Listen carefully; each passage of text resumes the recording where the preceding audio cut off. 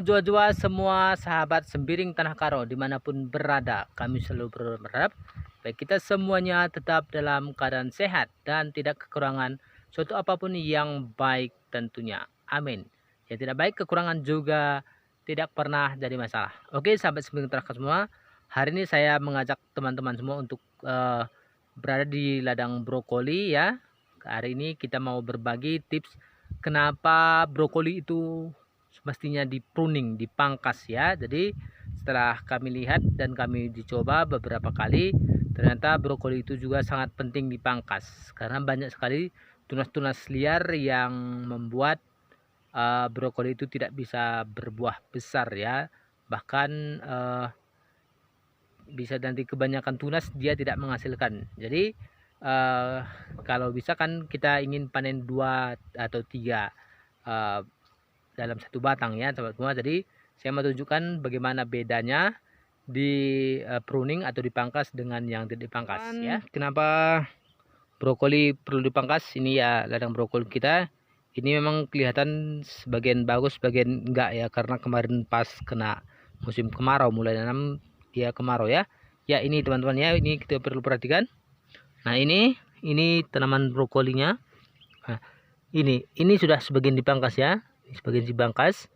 Nah ini banyak sekali cabang liar yang membuat buah tidak bisa banyak ya. Nah ini teman-temannya, jadi banyak cabang-cabang liar yang perlu dibuang ya. Nah seperti ini. Nah ini sudah mulai berbunga sebenarnya ya, tapi kalau dia tidak dipangkas, kalau tidak dibuang seperti ini, maka ini tidak akan bisa besar. Jadi sebaiknya dibuang seperti ini ya semua. Ini saya tunjukkan pada tanaman brokoli yang paling kecil ini ya. Nah ini ya. Oke, jadi kita akan tinggalkan tunas yang ini ya, seperti ini ya. Nah ini dia, ini kan lumayan besar. Nah, ini juga sudah mulai berbunga sebenarnya ya, tapi sebagusnya dipangkas sebelum mau berbunga ya. Nah ini dibuang, ini karena ini tidak akan dijual ke pajak juga ya. Jadi kalau dahan seperti ini kita buang, maka semua yang tinggal ini akan laku dijual ya. Jadi daunnya akan tambah panjang dan tambah berat. Nah jadi tunas yang ini dia bisa untuk panen kedua kali. Oke teman-teman, nah, seperti itu ya. Ini ya, saya tunjukkan yang sudah agak lama saya pangkas ya.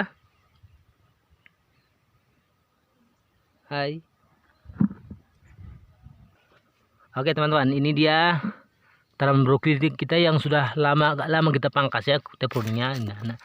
Nah ini ya, jadi dahannya ini sudah agak membesar. Nah, ini cabangnya yang kita tinggalkan ya. Jadi nanti ini sudah bisa dipanen ya. Jadi sudah bisa dipanen. Setelah ini nanti dipotong, ini kan sudah bisa dipanen. Jadi itu dia teman-teman ya. Jadi akan bagus, lebih bagus di pruning ya. Ini ya, saya tunjukkan ya. Inilah yang sudah di pruning ya. Jadi dahan ke atasnya dia besar ya, sahabat semua. Ini. Nah ini kita hanya tinggalkan beberapa cabang ya, lalu satu anakan. Jadi kalaupun kita buat nanti anaknya banyak, nanti dia tidak besar ya. Bisa sebenarnya kita buat 3, 4, nah, bisa anaknya ya, tapi itu tidak besar ya. Nah ini teman-teman, jadi sangat penting sekali untuk di pruning. Oke, kita tunjukkan lagi ke tempat yang lain yang belum di pruning ya.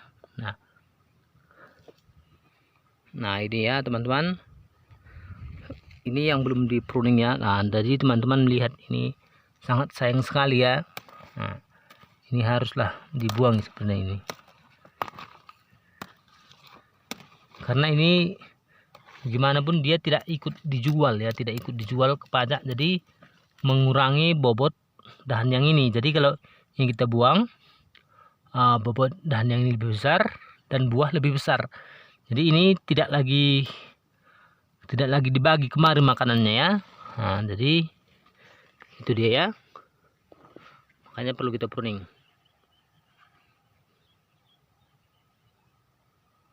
Nah ini lihat tanaman brokoli kita ya. inilah tips yang sedang kita kerjakan di sini ya. Jadi sebenarnya memang tanaman brokoli itu bisa, kalau tidak pun dipangkas, bawahnya bisa. Bisa ya bisa, tapi apakah hasilnya maksimal atau tidak ya? Tentu hasilnya kurang maksimal ya.